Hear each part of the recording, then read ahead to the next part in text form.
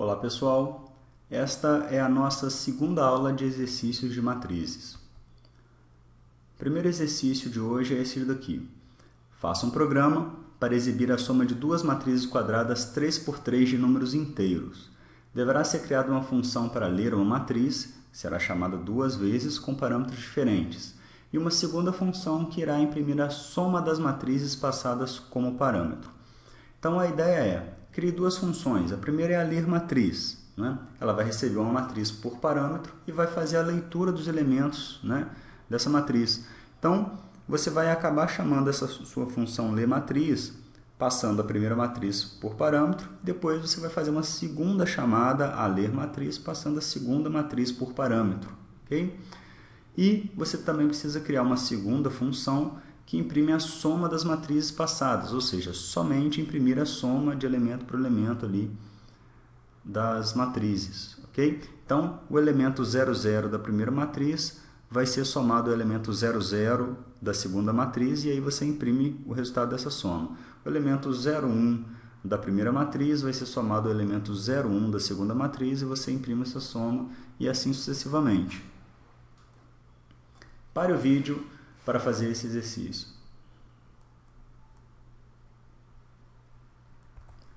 Bom, a função ler matriz que eu fiz aqui ficou dessa forma, uma matriz 3 por 3 de inteiros, né, que é recebida aqui por parâmetro. E aí nós vamos percorrer aqui as linhas, para cada linha percorremos todas as colunas, né, solicitando ao usuário que informe o elemento na linha I, na coluna J, né, e fizemos a leitura aqui do scanf com E comercial, mat I, J. Né? Então, essa leitura aqui é igualzinha àquela que você está acostumado com vetores. A única diferença, né, a única situação diferente é que uma matriz, no nosso caso aqui, ela tem duas dimensões, né? Então, a matriz bidimensional, então nós temos que fornecer dois índices aqui, um para linhas e o outro para colunas. Ok? Então, para cada linha, para cada I, nós vamos variar os J's, lendo então todos os elementos da nossa matriz. A nossa função imprime soma, ela recebe aqui mat1 e mat2, ok? Duas matrizes de tamanho 3 por 3, e aí nós vamos percorrer os índices das linhas e os índices das colunas, imprimindo a soma de mat1 e J com mat2 e J. Esse percent 8D aqui é apenas para imprimir em 8 colunas. Então, na primeira vez, meu I vai começar valendo 0, o J vai começar valendo 0, e aí eu vou imprimir mat1 e J, que é este valor aqui, com mat2 e J, com este elemento aqui da segunda matriz. Então, vou somar o valor deste elemento com o valor deste e vou imprimir. Próximo J vai ser a coluna 0, a linha 0 e coluna 1 da primeira matriz, somada com o elemento da linha 0 e coluna 1 da segunda matriz, né?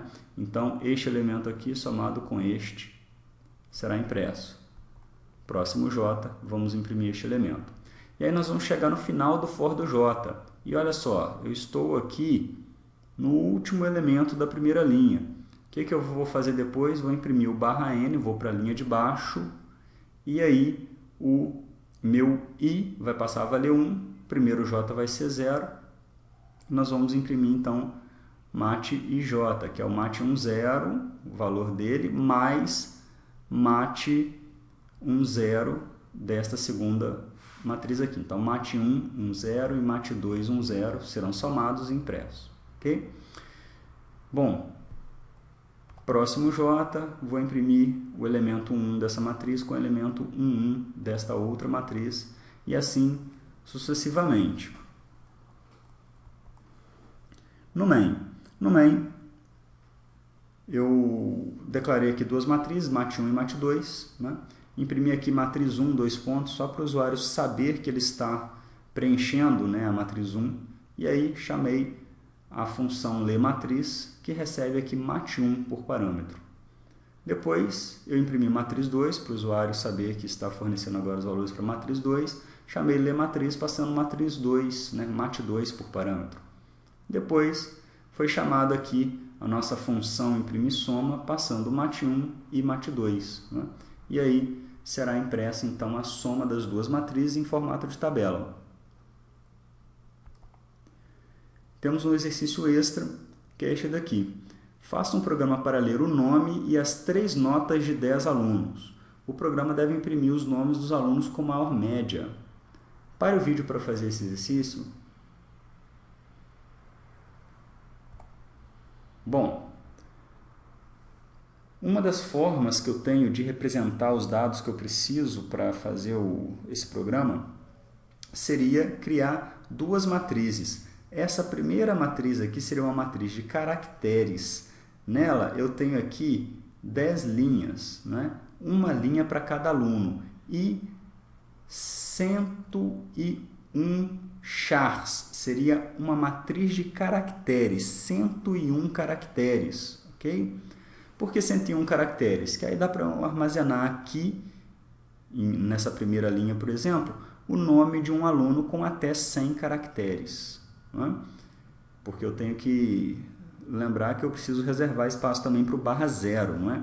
Então, 101 caracteres aqui eu consigo colocar nomes de até 100 caracteres.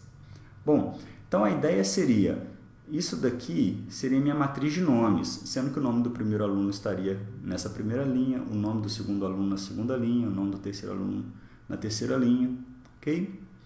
E esta outra matriz aqui seria uma matriz de números reais, de floats, onde eu vou colocar na primeira linha as notas do primeiro aluno, na segunda linha as notas do segundo aluno, na terceira linha as notas do terceiro aluno. Então ficaria assim, eu faria a leitura do nome do primeiro aluno, por exemplo, Ana, né? E para o índice 0 da minha matriz de caracteres e no índice 0 da minha matriz de notas eu colocaria aqui as notas que a Ana tirou em cada uma das avaliações. Depois teria aqui o nome Bruno na segunda linha da minha matriz de nomes e na segunda linha da minha matriz de notas eu teria as notas do Bruno, ok? Então, desse jeito eu consigo saber qual o nome do aluno que tirou essas notas aqui, né? Pelo índice da linha, né? Índice 1 aqui, índice 0 aqui, ok? Outra situação importante, eu coloquei a Ana e o Bruno com a mesma média, né? As notas aqui, se você somar, dá a mesma média. Eu fiz isso porque, só para lembrar que se por algum motivo esta daí for, né, a soma desses 3 números, dividido por 3, você foi ali, calculou a média, e se esta for a maior média, então você terá que mostrar o nome da Ana e do Bruno. Ou seja, você não vai poder procurar simplesmente o índice da maior nota. Você vai ter que retornar os nomes, né? E todos os nomes. Você vai ter que imprimir todos os nomes dos alunos que tiraram essa maior média. Ok? Depois de calcular a média, obviamente. Se você não conseguiu fazer o exercício antes, pare o vídeo agora para fazer o exercício.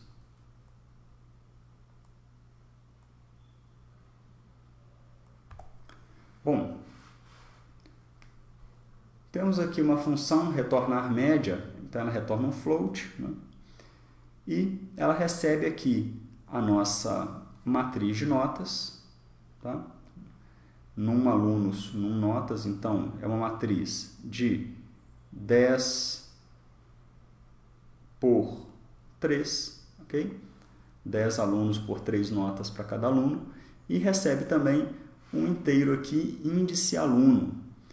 Este índice aluno é o índice do aluno que eu quero que essa função me retorne a média. Então, ela retorna a média de um determinado aluno. Okay? Temos aqui um acumulador, soma, que foi inicializado então com 0.